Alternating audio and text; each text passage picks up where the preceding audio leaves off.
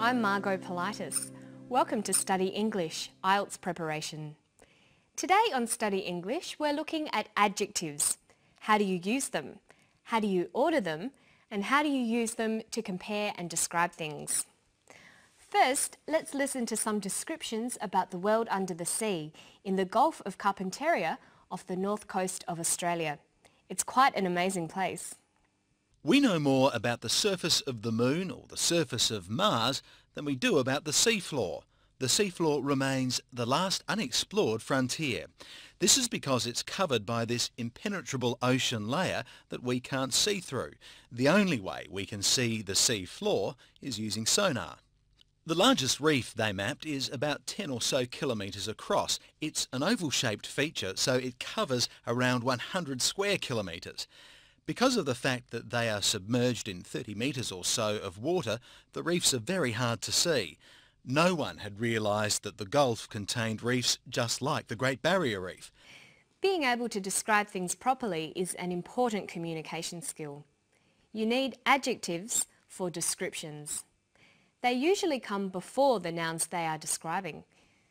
The red car.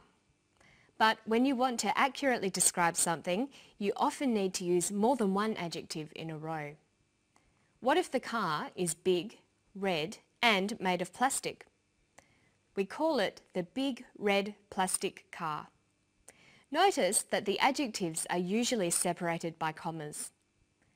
But why don't we call it the red plastic big car? How do you know which order to put the adjectives in? Well, for native speakers, it's just that it sounds right. But luckily, there are some rules. It's called the Royal Order of Adjectives. Let's have a look at it. First, we have the determiner. That's articles, a, an, the. Numbers, or a word that describes the amount of something. It can also be the owner, the person or thing who the noun belongs to. So determiners can be a, the, many, some, or a name like John's. So we can have a car, many cars, John's car. The second type of adjective is opinion or observation. This tells you something about the quality of the noun. Useful, cheap, ugly, beautiful. Then we have size. For example, enormous, tiny, huge. Followed by age. It could be old, modern, 7-year-old. Then shape. Perhaps oval, circular or flat.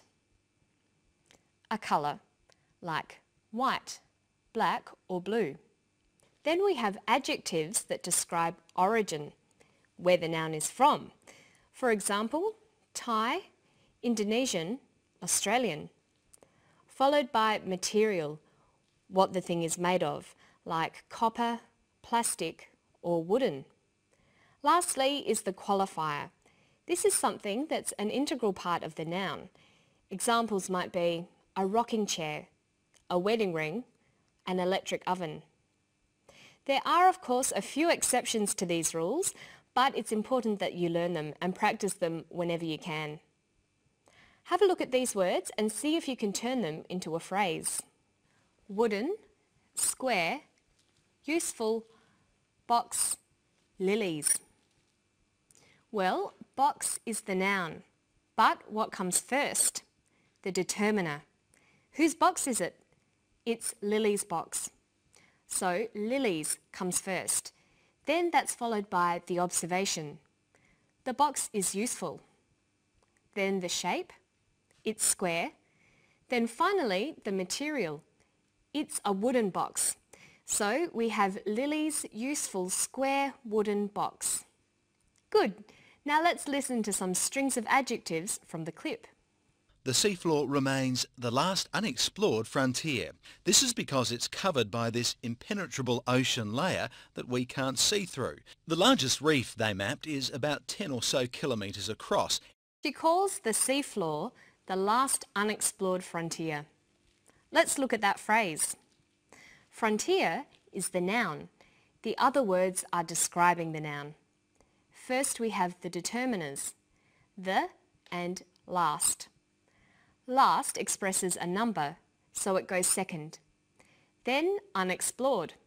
That's an observation. It's a quality of the frontier. Okay, now what about this impenetrable ocean layer? Well, layer is the noun. All the other words are adjectives. This is the determiner. Impenetrable is an observation. It describes a quality of the ocean layer. Ocean here is the qualifier. Almost part of the noun, it's not just a layer, it's an ocean layer.